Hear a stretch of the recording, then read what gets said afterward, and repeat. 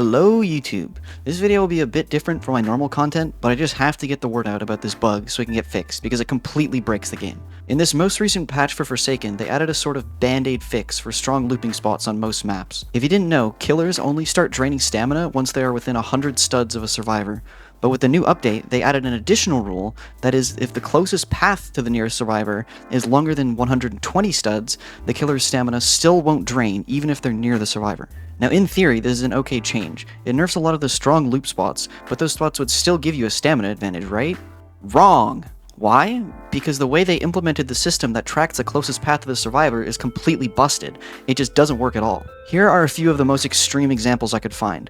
Yorick's resting place went from being a strong survivor map to being the most killer-sided map in the game. The first reason for this is that the poison rivers don't count as a path, so if a survivor is on the other side of the river from you, you don't drain any stamina.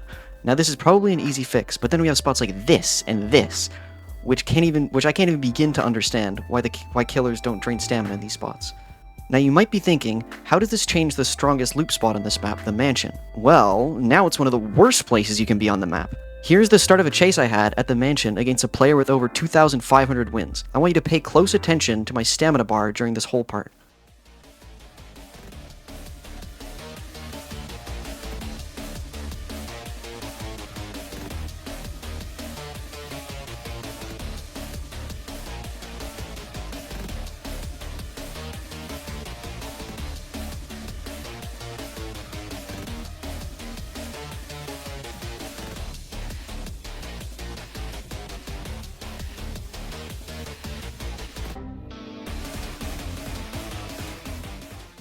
Notice how I never stopped sprinting during that whole chase, and in the end I was still able to reach the survivor? Now that's not the last thing that's broken about this change. You know those red walls that only killers can go through? Well, if a survivor is on the other side of the wall, you still don't drain stamina as killer. Like, this is just absurd. Now I want to say this quickly before the video ends. I think this is a good change, but only when it actually functions properly. For instance, at the castle on this map, it makes it much more fair for the killer player. I can clearly see that this change was extremely undercooked and wasn't properly tested before it was brought to the live servers.